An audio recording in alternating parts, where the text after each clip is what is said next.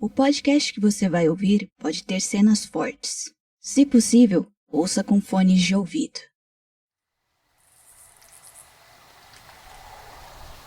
Hyakumonogatari, as 100 histórias. É uma brincadeira que surgiu na época dos samurais. Em uma noite sem lua, todos se reuniam num círculo, cada um com uma vela acesa e uma história de assombração para contar. Terminada sua história, apagava-se a sua vela. Dizem que se a 100ª vela é apagada, um fantasma aparece. Vamos tentar?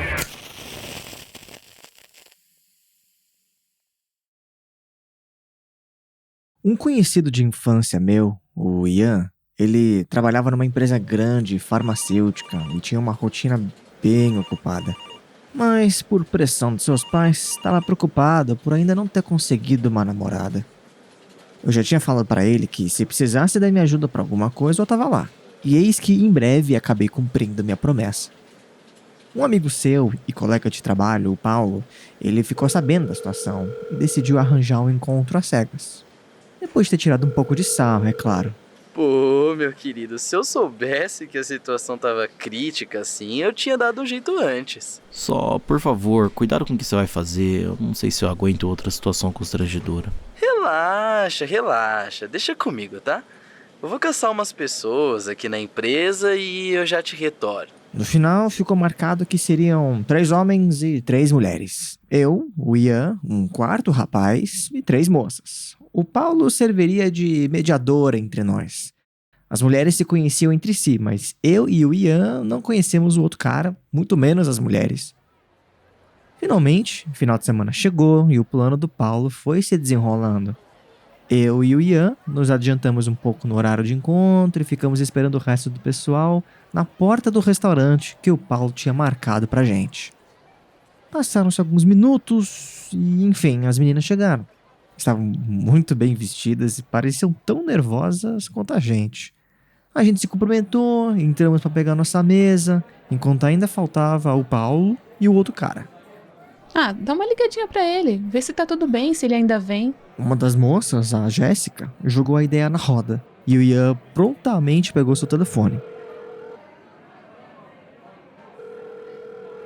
Eles trocaram algumas palavras e foi o suficiente para o olhar de preocupação cair sobre o rosto dele. Ele desligou a chamada e se virou pra gente. Ele disse que do nada ficou mal, parece uma dor de barriga, alguma coisa assim. Assim, não é nada grave, mas de qualquer forma falou que não vai conseguir vir. A notícia deixou o clima meio desconfortável, já que era ele quem conhecia todo mundo. Para piorar, só o Paulo sabia como o último dos pretendentes se parecia. A gente se entreolhou e eu decidi tomar frente.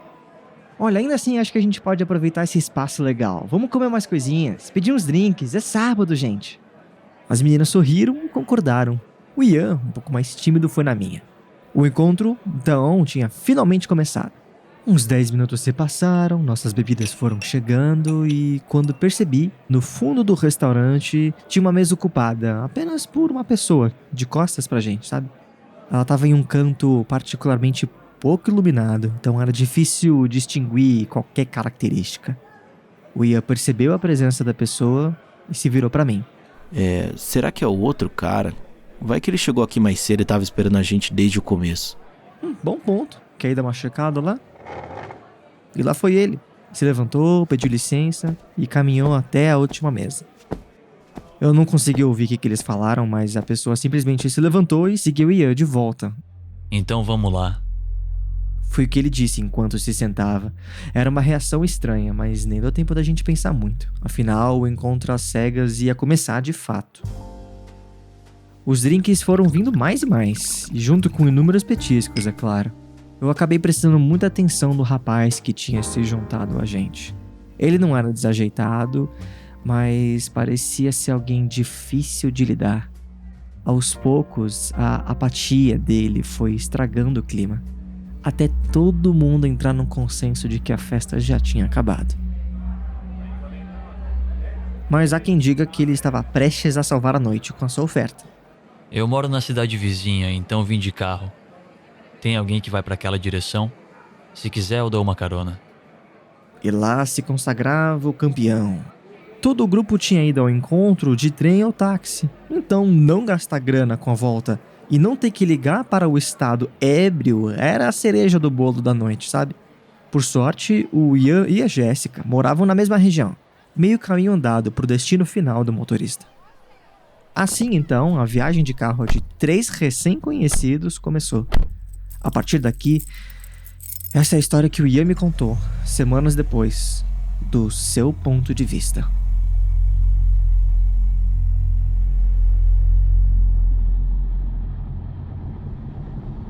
O carro era pequeno e velho, preto com a pintura um pouco gasta.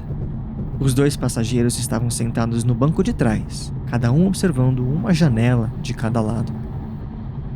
O motorista dirigia tranquilamente, respeitando com folga o limite de velocidade da estrada. A princípio, até chegarem na cidade em que moravam, a viagem levaria cerca de 40 minutos, seguindo direto na rodovia que estavam. Cercada por grandes árvores, o cenário noturno e a baixa iluminação da estrada deixavam um entorno pouco visível. Se alguma fonte de luz mais forte eventualmente surgia, era de um ou outro posto de gasolina isolado. Apesar de ainda não ser tão tarde, ficava cada vez mais raro encontrar ou cruzar com outro carro passando pelo caminho. Enquanto Ian e Jéssica conversavam sobre vários nadas, o motorista sequer abria a boca. O Ian tentava incluí-lo nas conversas, mas o cara só respondia um sim ou um não, curto e grosso. Não tinha jeito, os santos não batiam mesmo. Tendo gasto a sua energia social inteira, Ian recostou no banco e deu uma olhada para fora. Foi quando percebeu que o cenário da mata de antes tinha mudado completamente. A estrada estava numa encosta e no acostamento podia notar pequenos altares com estátuas de santas, alinhados um do lado do outro. O Ian me contou que não sabia muito bem qual era, mas já tinha ouvido histórias de antigos monumentos por uma santa naquela região que teoricamente protegia crianças, gestantes, viajantes e peregrinos. Era comum encontrar umas estátuas dessa santa perto de estradas, principalmente no interior, só que ele não lembrava de ter visto muitas depois de crescer. Embora fossem pequenas, não era coisa de contar apenas as inúmeras estátuas que iam aparecendo. Conforme os faróis do carro iluminavam o caminho, Ian ia percebendo que havia algo de estranho com elas. Quão estranho, você pergunta? Algumas não tinham metade da cabeça, outras tinham rachaduras na boca, parecendo estarem rindo. Algumas tinham a face rachada ao meio, outras tinham buracos no lugar dos olhos. Cada uma era de um jeito, mas fato é que todas as estátuas tinham uma aparência bizarra. Olhando para o lado, Ian percebeu que a sua companheira de bordo também tinha visto o cenário lá fora e já compartilhava do mesmo estranhamento. De repente, o cenário de fora voltou a ser aquele das árvores em plena escuridão. Não dava para sentir que alguém morava nas redondezas, nem tinha um ponto de luz sequer que se destacasse em volta. O problema é que, a essa altura do trajeto, já deveriam estar vendo uma área mais habitada. Elas aparecem por aqui, sabe? No momento raro, o motorista falou por conta própria. Elas? Quem? Elas devem aparecer. Sim, mas quem? E não houve resposta. O Ian insistiu mais um pouco, mas ele não respondia, continuando a dirigir e olhar pra frente. Que babaca! Qual que é desse cara? Podia ser coisa da sua cabeça, mas a silhueta do cara sentado à sua frente lembrava um pouco a forma daquelas estátuas de pedra. Então, a gente já não tinha passado por aquele posto de gasolina antes? Como assim? Olha, logo ali. Tem um poste com anúncio. A gente já passou por aqui também, não foi? Não mesmo. Outra resposta inesperada. Impressão sua. Essa estrada é reta. Nós não viramos, então não dá pra passar pelo mesmo lugar. Essas rodovias são todas parecidas mesmo. Não tem quase nada por aqui também. É só impressão sua. Pela primeira vez em toda a viagem, se não em toda a noite, o motorista falou bem mais do que uma frase. No final, deixou escapar uma leve risada, bem baixinho, o que calou os dois passageiros. Querem escutar uma coisa? O motorista estendeu o braço para o porta-luvas e, do meio da bagunça, tirou um CD e imediatamente o colocou para rodar. Só que 1 minuto, 2, 3 e nada de um som tocar. Não dá pra ouvir nada. Isso aí tá bem encaixado? Ô, Você também não escuta nada, não é? é. Eu deixei o CD gravando dentro de casa à meia-noite. Quê?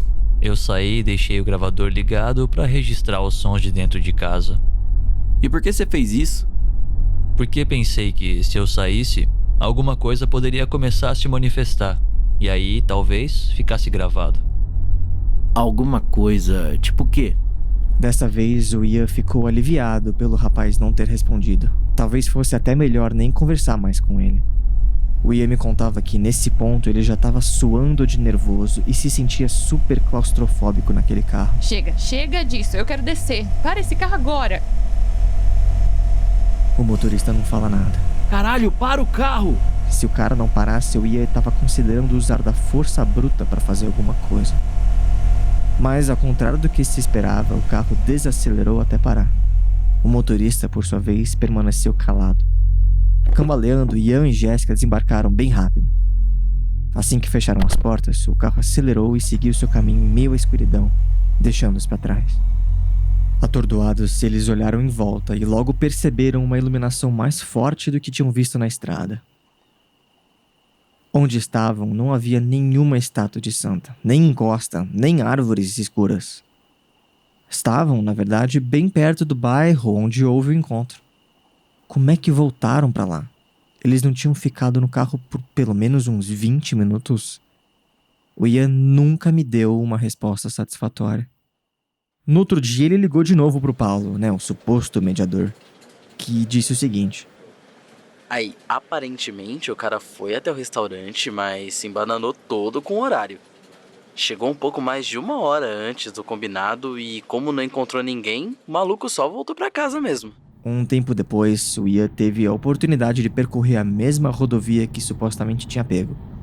Não tinha sinal de nenhuma estátua de santa por todo o caminho. Quem era, afinal, aquele homem que deu carona pro Ian? Será que aquela viagem aconteceu de verdade? E se aconteceu, por onde passaram? Depois de perguntar para uns outros familiares, o Ian me disse que a santa trabalhava para amenizar o sofrimento e a penitência das almas no inferno. Teria isso alguma coisa a ver com o destino incerto de sua viagem?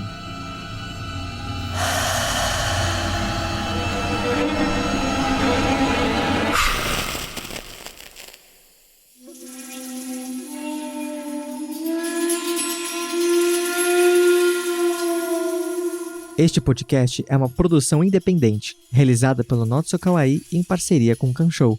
Este texto é uma tradução e adaptação de histórias contadas em fóruns japoneses. Tradução por Miyuki. Edição e sonorização por Nate Clayman e Felipe Gomes. Vozes de Nate Clayman como narrador, Danilo Santana como Ian, Vinícius Krieger como motorista, Felipe Gomes como Paulo e Ana Neves como Jéssica. Produção por Miyuki, Felipe Gomes e Nate Clayman. Ouça os outros programas da série Hyaku Monogatari nos feeds do Kanshou ou do Notso Kawaii. E não se esqueça de apoiar a produção de podcasts independentes seguindo nossas redes sociais e compartilhando o programa.